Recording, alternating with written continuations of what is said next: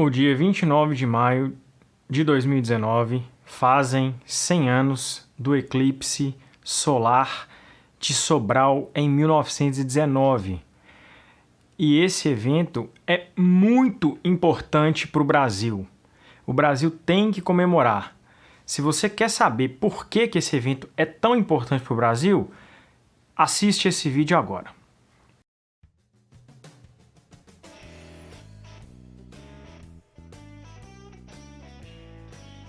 Fala galera, tudo bom com vocês?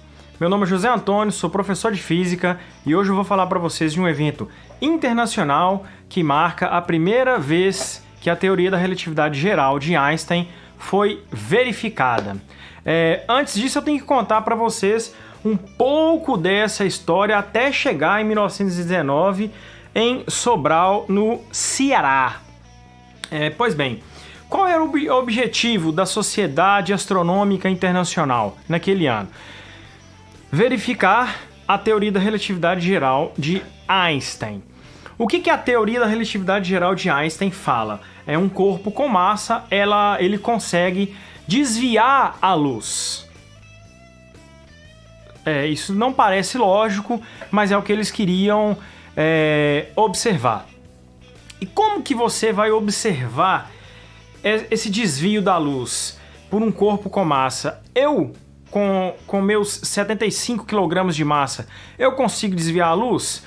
Quase nada, praticamente zero. Esse desvio, esse fenômeno, ele acontece para corpos com grande massa. Então, assim, uma casa não vai desviar, um edifício não vai desviar. Então, o que o Einstein pensou? Poxa, e se a gente pensar em um eclipse solar total, que o Sol vai ficar escondido e aí a gente consegue observar as estrelas? Que foi uma grande sacada dele, né? Porque assim, vou observar aquela estrela que está naquela posição do céu de uma determinada cidade. Só que você não consegue observar ela quando está de dia, por causa da luz do sol, ela te atrapalha observar aquela estrela. Então, quando você tem a Lua na frente do Sol, ou a Lua entre o Sol e a Terra, a luz do Sol, em algumas cidades, né, já de forma... os astrônomos conseguem prever, ela vai tampar o Sol e você consegue observar as estrelas ali naquela região ali do Sol. Então, essa foi a sacada dele. Eu tentei ser um pouquinho didático aqui, é o seguinte, você pode pensar o seguinte, imagina que esse aqui é o Sol, ok? E aí, essa aqui, claro que não está na escala, tá, pessoal? Isso aqui é uma estrela, a estrela está atrás do Sol, ok? Estrela está atrás do Sol, então a gente não consegue observar. No entanto, ela está aqui, a estrela está aqui. Se o fenômeno previsto por Einstein fosse verdadeiro, quando nós tampássemos o Sol, a gente iria ver a estrela aqui, ok? Então o que aconteceu? Tampou o Sol aqui, ó. Não pode ser com a peneira, né? Tampou o Sol e o que eles queriam observar? Queriam observar a estrela aqui.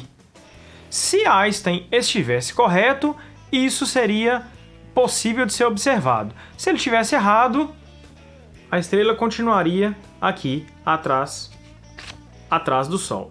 Tudo bem? A primeira tentativa de eclipse solar total prevista pela Sociedade Astronômica Internacional foi em 1912. Sabe onde? No Brasil, na Serra da Mantiqueira, na divisa de Minas Gerais com São Paulo.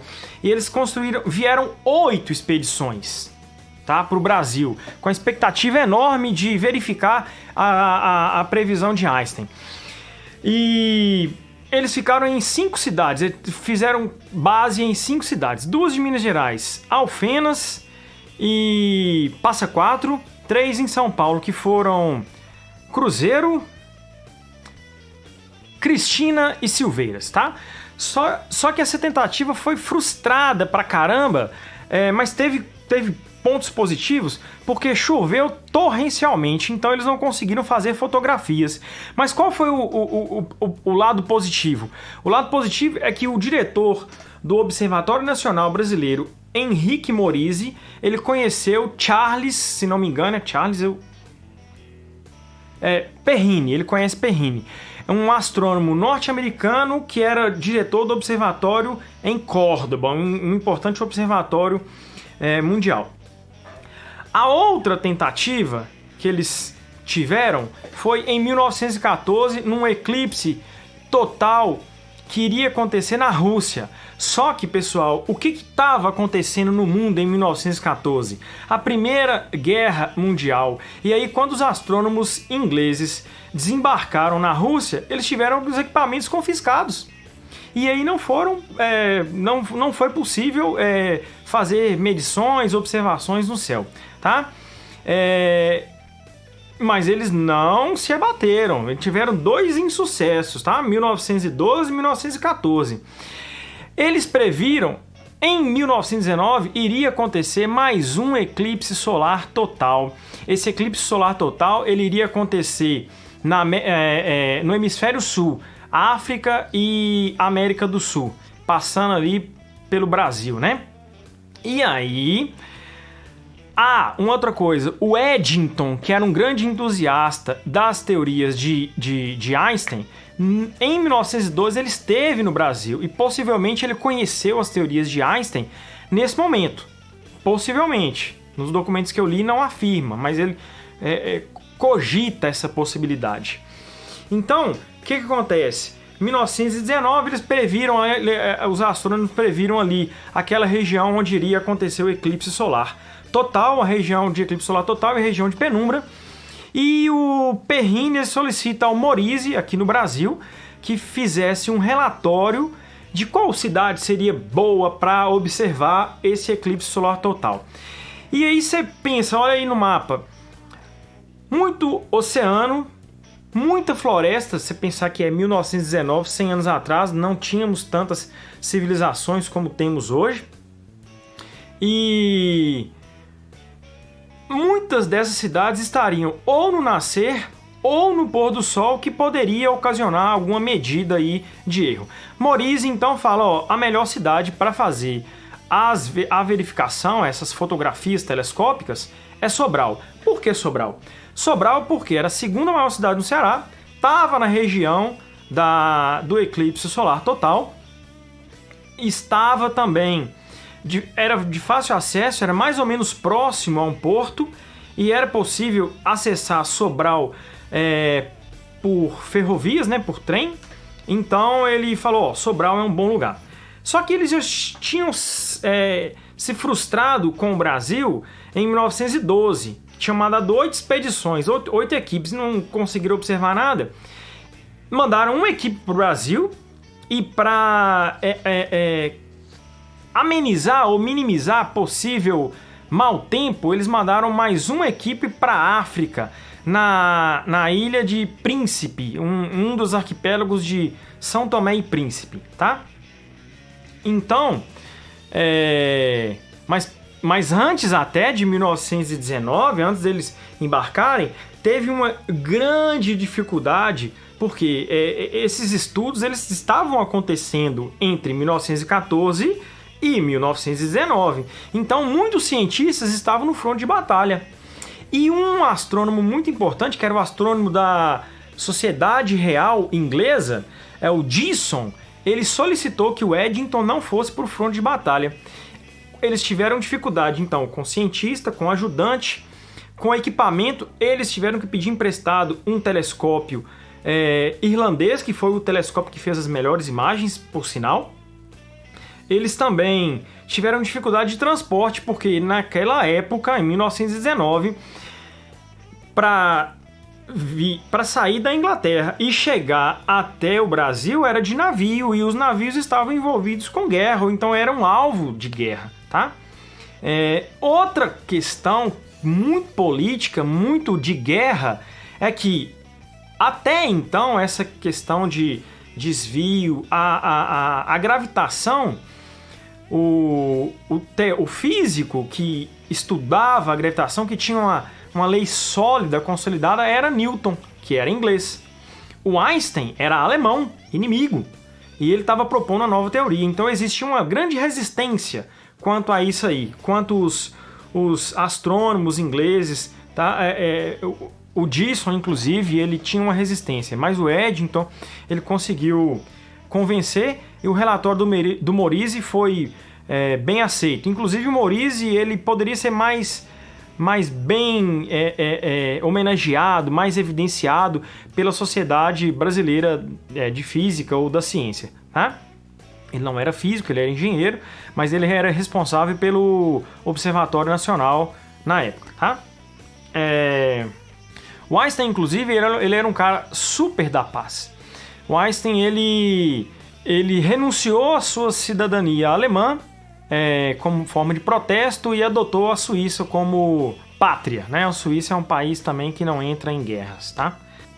Então, para chegar no Brasil, os ingleses saíram da Inglaterra no mês de março, viajaram,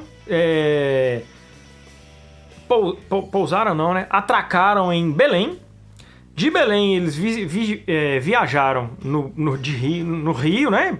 De navio até Manaus e depois foram para o Ceará. Em Sobral eles chegaram em final de abril, mais ou menos um mês antes do eclipse.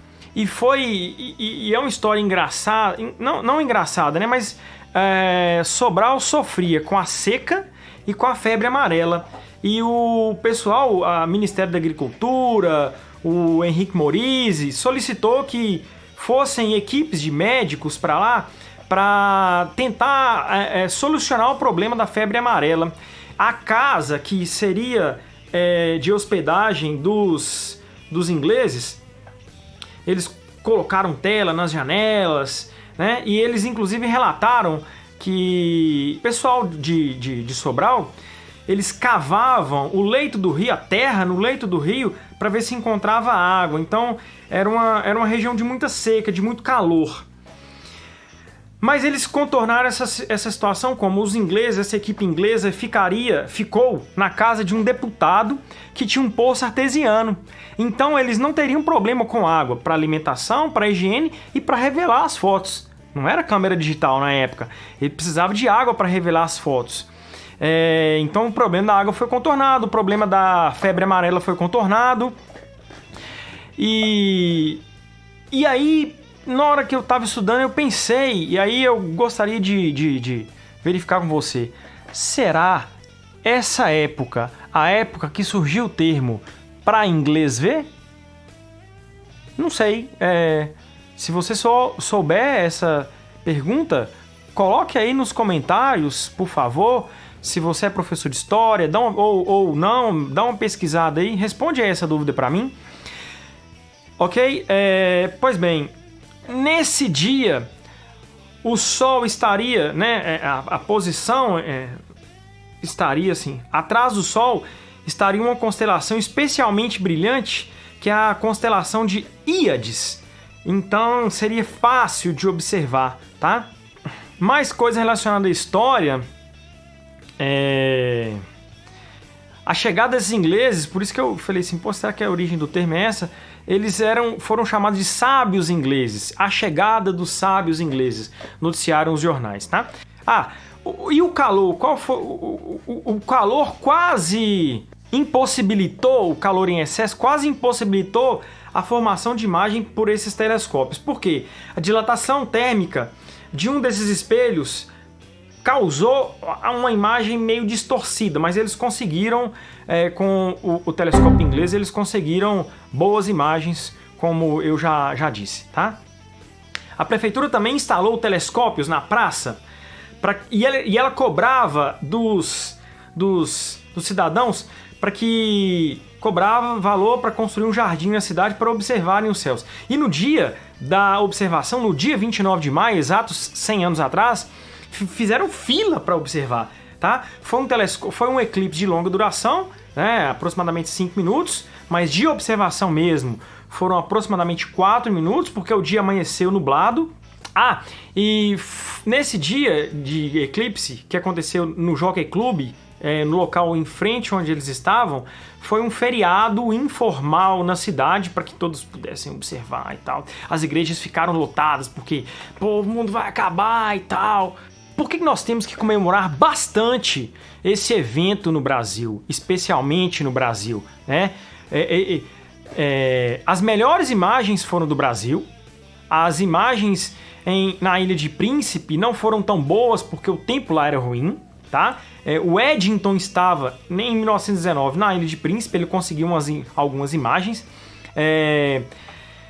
Temos que comemorar bastante porque em 1919 nem mesmo curso de física existia no Brasil. O que existia, o primeiro curso de física, que foi o da USP, foi em 1934.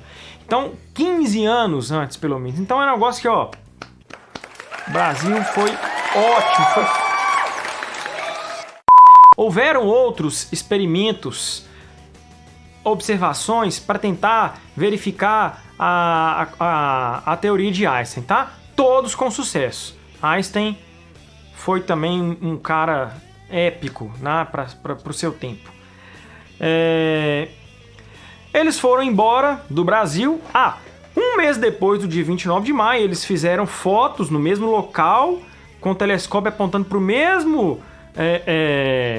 para a mesma constelação, e aí eles conseguiram observar o desvio da estrela causado pela massa excessiva do Sol. Então o campo gravitacional do Sol causou um desvio na trajetória da estrela e ela não estava...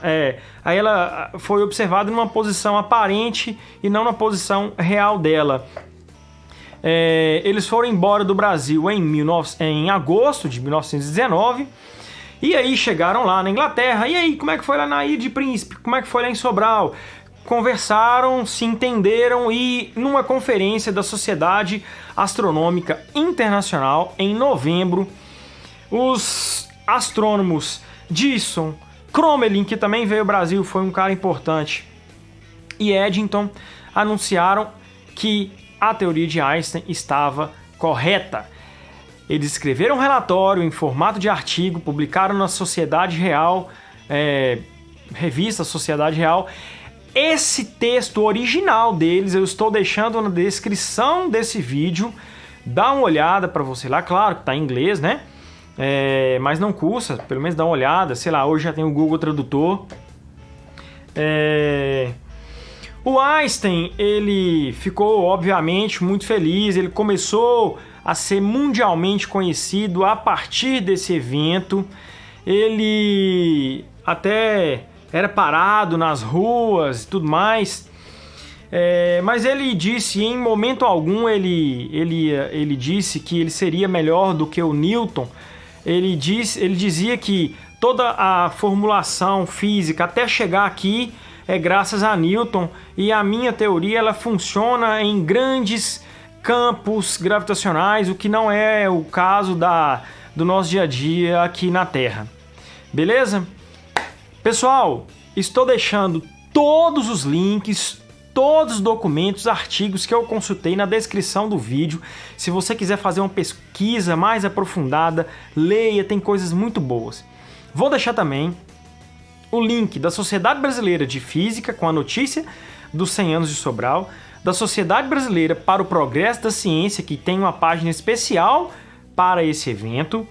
Vou deixar uma página do Facebook especial para o evento de Sobral, que tem fotos de jornais da época, vídeos, um acervo muito legal.